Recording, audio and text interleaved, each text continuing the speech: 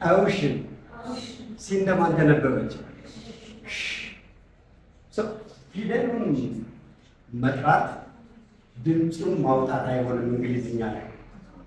ስለዚህ ለብቻው ፕሮናንሲዬሽኑን ካልተማርነው በትክክል መናገር አንችልም።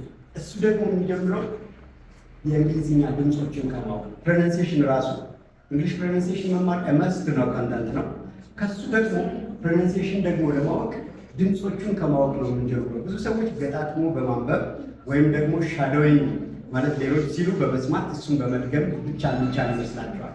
if you were a native speaker that was possible native speaker ብንኖር የተናጋሪ ማህበረሰብ ውስጥ ብንኖር ኖሮ it was possible because በጆሮ ነው የምንሰለጥነው ቋንቋው።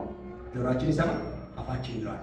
ጆሮአችን አድምጦ የተረዳውን ነገር አእምሯችን መያዝ ስለሚችል አእምሯችን ውስጥ የተቀረጸ ድምፅ ደግሞ በአፍ መውጣት ይችላል። that's the best way and the natural way of learning language። እኛ ግን we are a foreign learners, a foreign speakers።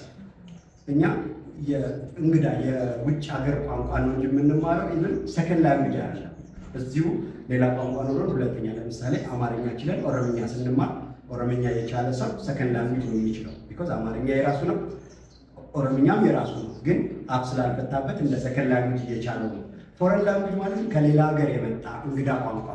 ስለዚህ this is a foreign not even a second language። ስለዚህ ይሄንን ለማወቅ ድምፆችን ካልሰለጠናቸው